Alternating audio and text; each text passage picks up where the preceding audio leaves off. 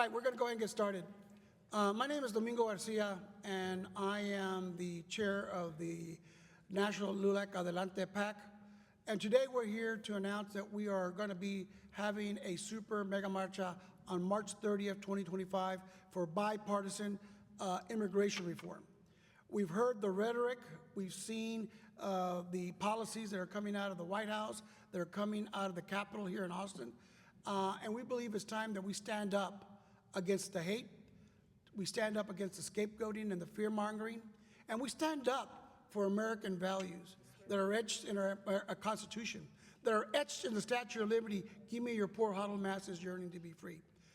For over 200 years, the Statue of Liberty stood that America was a country of immigrants, that we welcome all, and we gave that opportunity of the American dream to everybody. Today, we are seeing those that are spitting in the Statue of Liberty's face. They are tearing up our Constitution, tearing up our Judeo-Christian, Muslim, Hindu faiths, people of faith, when instead of helping the least among us, they are trying to persecute those that are the least among us. And it's important that we stand up. So what we're doing on this march is we're standing up for America. We're standing up for those of us who still believe in our Christian values. We're standing up for all of those who cannot be a voice because they are being persecuted in the shadows. So we're marching on March 30th at 1 p.m. at the Cathedral of Guadalupe Church.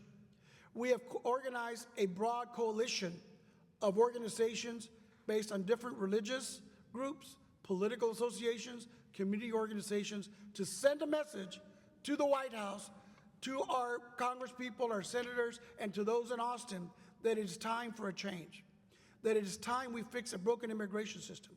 We don't have a problem when you go after criminals. So if somebody has violated the law, whether they're a U.S. citizen or an immigrant, they deserve to be punished.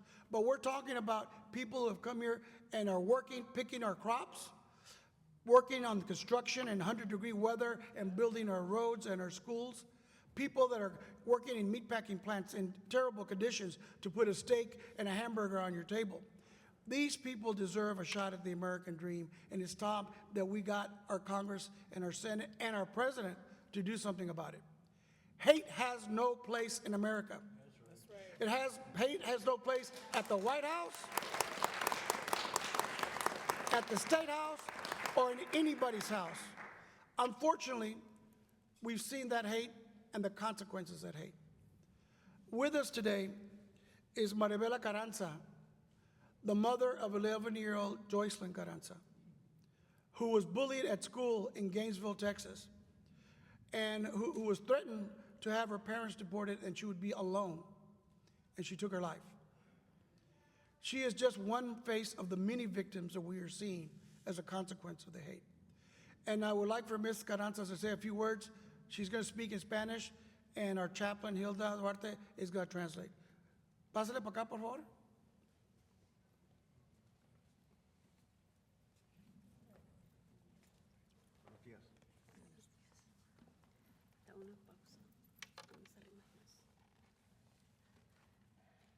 Buenos días. Good morning. Mi nombre es Marbella Carranza. I am Rhea Carranza.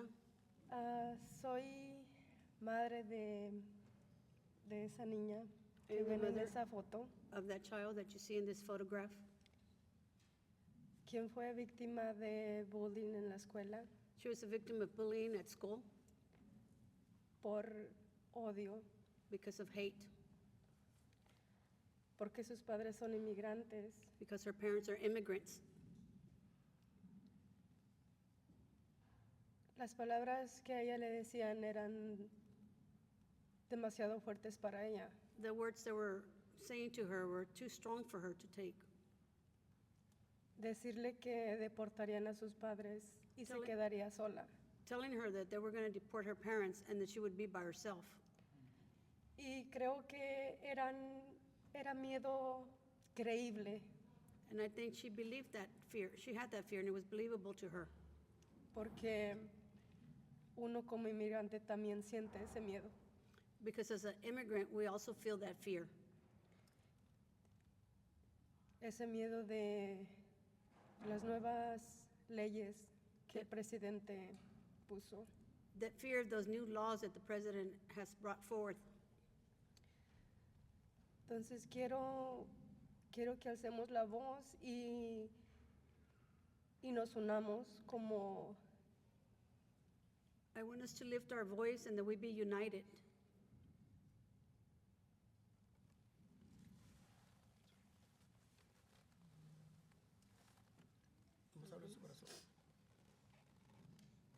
que no queremos que esto vuelva a pasar. And we do not want this to happen again. No queremos que más familias sigan sufriendo esto. And we don't want other families to suffer this. Creo que ninguna familia se merece esto. I don't believe anybody deserves this.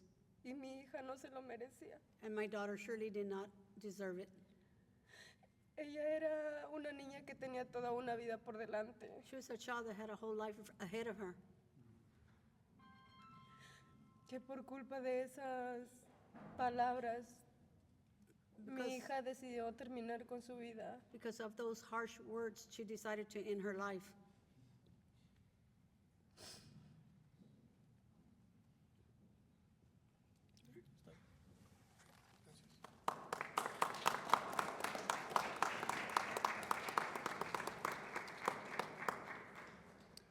Next, I'd like to, by the way, we're going to do this in English and Spanish, and we're going to do the English first, and then we'll do Spanish for those of you, for the media.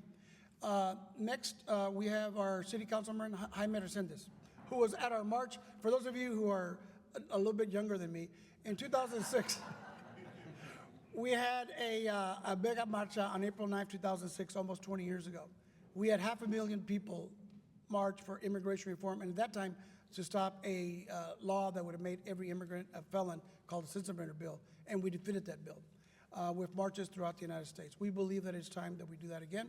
And one of those that marched that day in his Army uniform was City Councilman Jaime Resendez.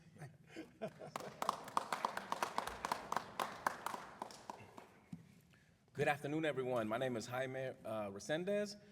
I stand before you today not just as a city council member or the son of immigrants and a war veteran, but also as someone who believes in the promise of America, a country built by immigrants, strengthened by diversity. Our immigration system is broken, families are being torn apart, and millions of hardworking people remain in the shadows. This is not just an immigration issue. It's an economic issue, a human rights issue, and an American issue. Immigration reform should not be a partisan fight. It's a moral and economic necessity. That's why today we're announcing the Mega March, which is a call on all leaders from both sides of the aisle to come together for real, lasting solutions. Solutions that protect families, strengthen our economy, and reflect our nation's values. This is our opportunity to demand action, to push past political gridlock, and to fight for an immigration system that works for everyone. We will march, we will be heard, and together we will build a better future. Thank you. Next is a longtime civil rights leader, and somebody also marched there in 2006, the Reverend Peter Johnson. Peter. All right. First, thank you so much, Domingo, and all of you all that's here for this. It's important that we stand together, work together, fight injustice together. What's going on in our nation because of this Satan that's in the White House today? If we are silent on this, they're coming for us next. So I say to Black America, especially to Black preachers, you must raise your voice against what's happening to our Hispanic brothers and sisters. Our silence is cooperation. We must not be silent. I bring you the support from Andrew Young. I talked to Andy last night. I bring you support from Martin Luther King III. Martin wanted to be here, but he had commitments that had paid him to be somewhere else, and he said I would have to give him the money back. I said, well, Martin, don't do that. That's un-American. But we are all with you all. We will not be silent to see this happening to our brown brothers and sisters. Depend on us whatever we must do, we would do it together peacefully and nonviolently, but we must stand up against this Satan that's in the White House. God bless you all.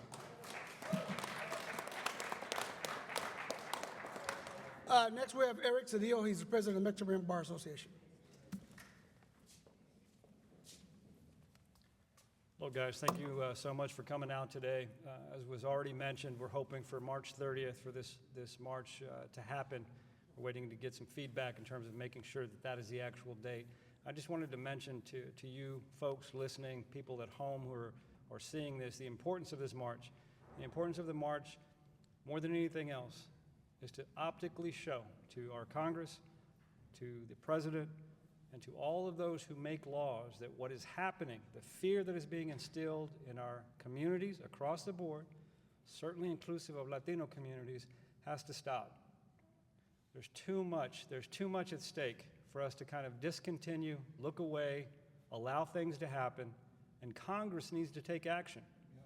Everybody is at a standstill, fearful of what happens next. We need to stand up and fight back against what is going on. These aren't necessarily laws, which we all know are created by Congress, and in their own interpretation at the White House, doing their own thing, doing things across the board that are unconstitutional. That has to stop. We have to do it in a way that is optical, and we have to do it in a way that leads up to the march. The march is the end of something that hopefully over the next few days we are all putting into motion, which is showing that we're in solidarity with one another, not only people of color, but just across the spectrum. The main theme of what we're doing is immigration reform with respect to this march, but I would encourage everyone that is concerned about the way in which this country is moving forward, that they come out and join us. As Domingo had mentioned, I'm the president of the Mexican-American Bar Association here locally, and I have the privilege of being, from Domingo's asking me to do it about 5 years ago, the national legal advisor to LULAC. LULAC is doing a number of things behind the scenes, including become plaintiffs in lawsuits, stopping birthright citizenship, stopping all of the inequitable actions that are occurring. So just know that. Know that there are people that are working for and behind the scenes on all of our behalves. So thank you so much. It says we have a broad coalition of organizations covering different religions and ethnic groups and community groups. Next, we have Hadi Jawak, who is co-founder of the Human Rights Organization. Hadi? Thank you, Domingo. It really saddens me as an immigrant myself. I came to this country more than 50 years ago to see what is transpiring before our eyes, to see this little girl, Jocelyn, no longer with us, a young child, a little blossom, a little flower taken away from us for this diabolical reason of mass deportation, which is insanity at its best. Mass deportation is not going to make America great. Demonizing migrants to this country is not going to make America great. This is cruelty, separating families, breaking up families, traumatizing children. It's just plain, pure cruelty. We beseech our leaders, Democratic and Republicans, to really think about this. Think in terms of your own families. This country is great because people of all ilk, all kinds, all religious beliefs throughout the last 2.5 centuries got together and built this great nation. What these people are trying to do is destroy that dream that brought people to this nation, people like me and millions of others who came with their dreams to this country to take this promise of America forward. I urge all of my fellow Muslims fellow migrants from wherever you are. There's all kinds of ethnicities in this area. We are fortunate to live in Dallas, which is a multicultural, multi-ethnic society. The imam at my mosque in Richardson tells me that there are 44 languages spoken at the mosque. Just imagine the richness of our culture, the richness of our diversity. That is what makes America great. I urge all other migrants, people like me and many others, to please show up, because the word for the day should be solidarity, which means that your fight is my fight. My fight is your fight. We're going to be there for each other. That is what's going to make America great. Thank you, and God bless. Next, we have Dominic Alexander with the Next Generation Network.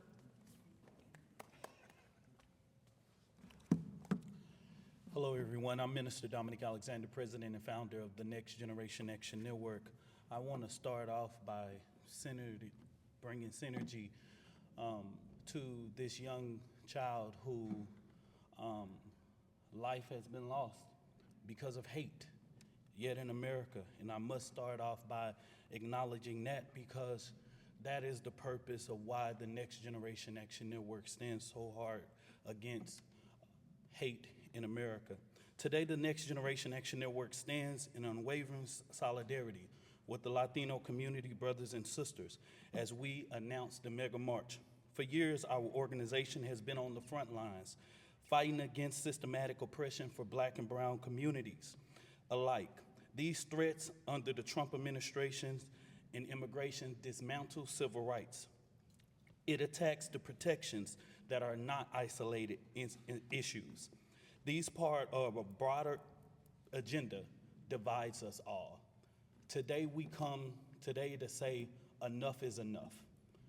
I have been here, I started the Next Generation Action Network when I was 25. I told Domingo a funny story in '06. I was actually there, but I was actually skipping. I didn't know where I was going. And years later, I actually was a part of the organizing team to be able to bring this. And like I stood in solidarity with my brothers and sisters in high school and not knowing where they were going, they were saying they were going to a protest, I'm going. And like as an organizer, I stand here in solidarity to note that the Next Generation Action Network will stand against hate.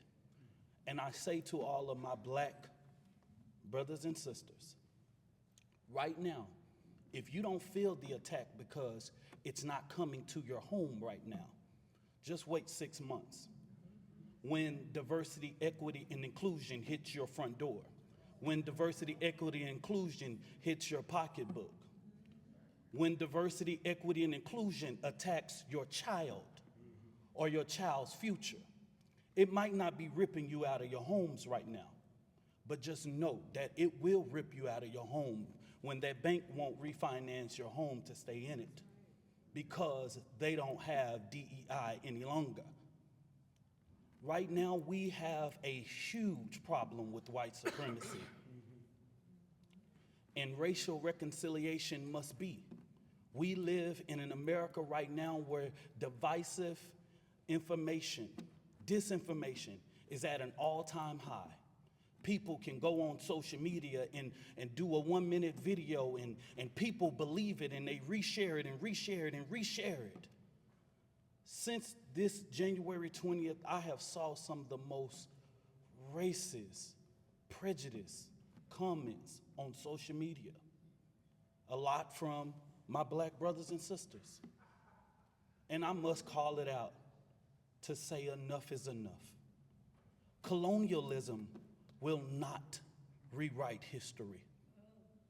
We will understand what the entire African diaspora and the entire Latin diaspora and how our cultures and the many different countries, beliefs and races and colors and creeds have always came together historical.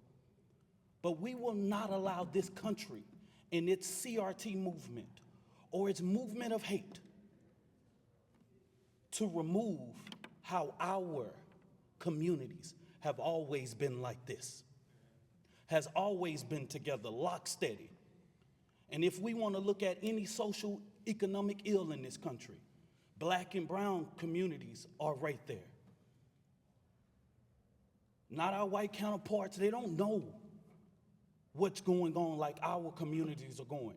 But I am so grateful to God that a rainbow coalition of justice is standing together. White, black, blue, green, whatever it is, standing together. And I hope that you all will join us to stand up against hate and stand up for our brown brothers and sisters.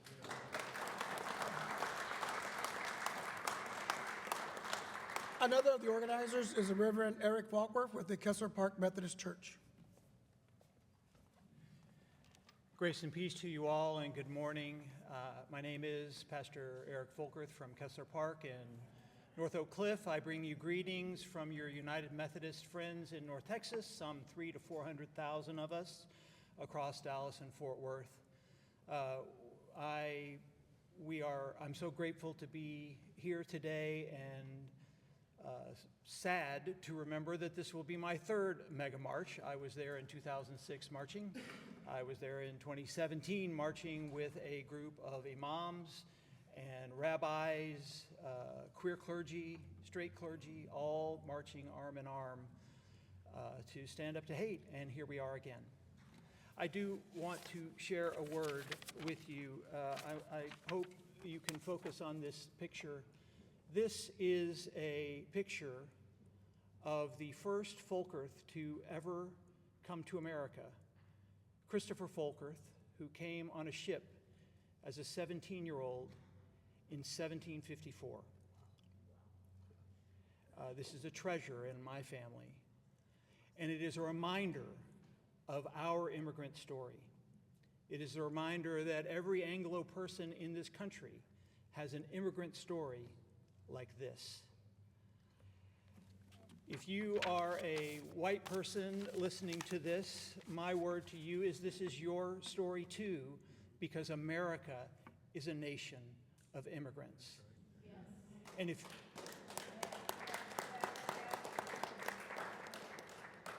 if you are disturbed by the hate you see, if you are disturbed by white supremacist ICE agents in North Texas, then I invite our Anglo brothers and sisters and families to come and join us.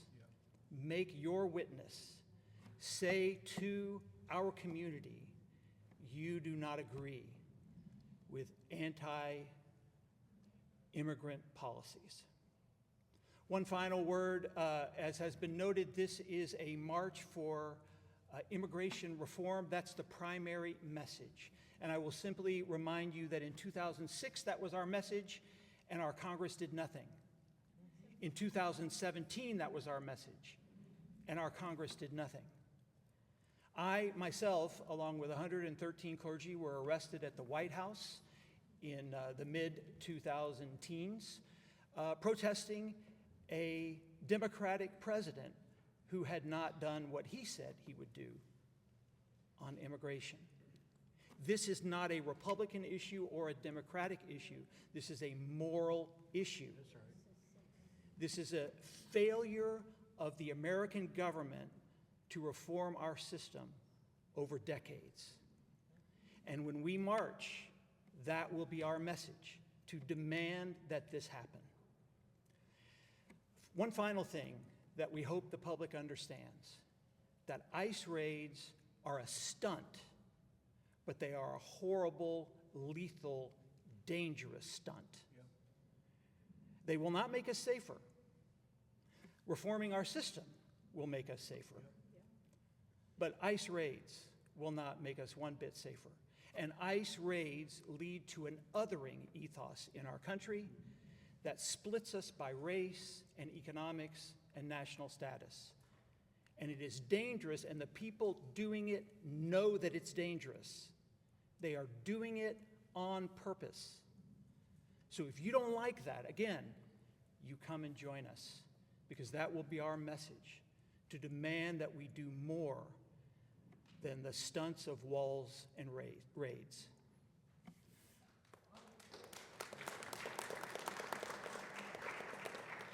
Finally, I'll remind you that many of us are here because of our Christian faith, that in our Jewish tradition says we shall have one law for the immigrant and the native born. For me, just 2 weeks ago, we preached from the Gospel of Luke, and Jesus' very first sermon, where Jesus called for kindness to people from foreign lands, from Sidon and from Syria. Jesus goes to his hometown, by the way, and says, God sent the prophets to foreign lands. On that day, his hometown crowd sought to kill him. So let's be clear, it is hard to stand up to this. It is 100% hard to stand up to this. But now is the time for black, white, brown, Asian, people of all faiths and no faiths to come together, come to this march, make your witness. Next is Reverend Marco Rico with the Evangelical Organizations. Mi nombre es Pastor Marco Rico, representando las iglesias evangélicas hispanas. Estamos con ustedes. Y antes de los republicanos y antes de los demócratas, hay una escritura en Éxodo 22, 21, que dice, no afligirás ni oprimirás al extranjero, porque vosotros fuisteis extranjeros en la tierra de Egipto. Todo esto nos enseña a nosotros una gran lección. Como decía el reverendo pastor de la iglesia metodista, hemos estado en la primera marcha, en la segunda megamarcha, vamos a estar en la tercera. Pero lo más importante es entender lo que LULAC y muchas organizaciones están haciendo, es sacar a votar, enseñarles los derechos a nuestros jóvenes. Una megamarcha marcará el destino y la voz de nosotros como comunidad, pero los votos cambiarán totalmente las leyes. Termino. Al extranjero que mora en Dallas, en Texas, en los Estados Unidos, entre vosotros, será para vosotros como un natural. Amarás al extranjero, porque a ti mismo se te recordará que fuiste extranjero en esta tierra. Gracias. Our last speaker is Councilman Adam Botador. Councilman. Thank you. Good afternoon, everyone. I just want to express my wholehearted support for fighting against the hate that we have seen. You know, I can tell you that I'm tired to be here at 2025, in 2025, and continuously fighting for the same rights that have been threatened from the founding of our country. We continue to ignore that there's a systemic oppression that has been the foundation of our country. It started with Native Americans on the land that we're on now.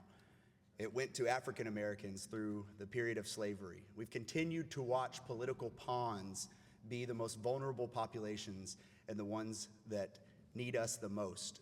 We continue to hear leaders at the state level pride themselves on the role that we play as an economy for our country and even the world, yet we fail to acknowledge that the workforce that has given us the results of the economy player that we are, being the workforce and many immigrants that have helped us get to that place.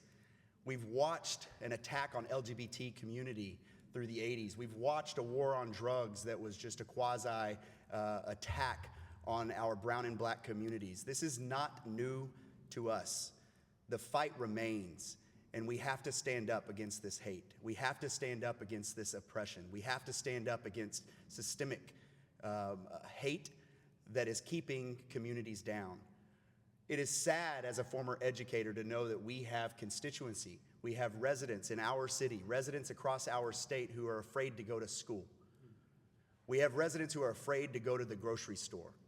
I can tell you that we don't have any more of an important job as local leaders than to make sure that the streets and the quality of life are ones that afford safety and an equal opportunity to everyone who lives here.